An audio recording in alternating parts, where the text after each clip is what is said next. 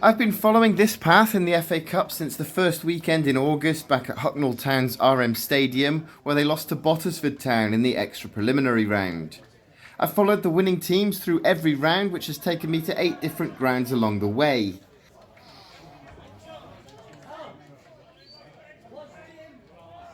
And now only 4 teams remain, and my challenge reaches its final location, Wembley Stadium. This isn't it though, of course. With the semi-finals also being played at Wembley, I will need to come back to the home of English football in May for the final. But will I be returning with Nottingham Forest or Manchester City? Nottingham Forest beat Luton Town 2-0 in the third round before being drawn away at Exeter City in round 4, and that's where my journey with them began. They played out a thrilling 2-2 draw with the League One side, eventually winning on penalties, then beat Ipswich, again on penalties, in round 5.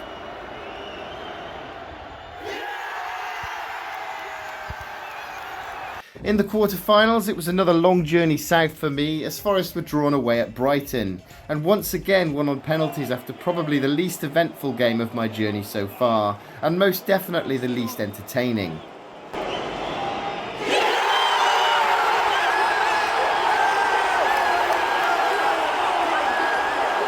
Nottingham Forest go into this semi-final ranked just behind their opponents as they sit in 4th place in the Premier League, which would have been unheard of 12 months ago.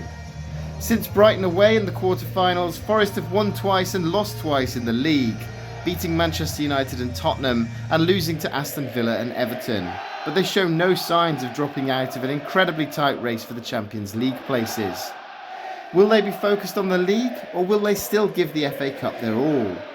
One thing is for certain, they will have to be at their best to beat a Manchester City side who have revived their season in recent weeks. Let's take a look at Manchester City then. Their FA Cup campaign started with an 8-0 win over Salford City in round 3, and then continued with a narrow win at League One Leyton Orient in round 4, where they were behind at half-time. They then won 3-1 against giant killers Plymouth Argyle in the 5th round, and Manchester City's first Premier League opponents in the FA Cup were Bournemouth in the quarter-finals, where they came from behind to win 2-1, though they lost Erling Haaland in the process. City seem to be hitting their inevitable end-of-season form, as in the league they've taken 13 out of a possible 15 points in April, with wins against Leicester, Palace, Villa and Everton, and a lacklustre draw at Old Trafford at the start of the month. Pep Guardiola seems to have turned their season around, but should they fail to win the FA Cup, they'll face a rare trophyless season, which they will of course be looking to avoid.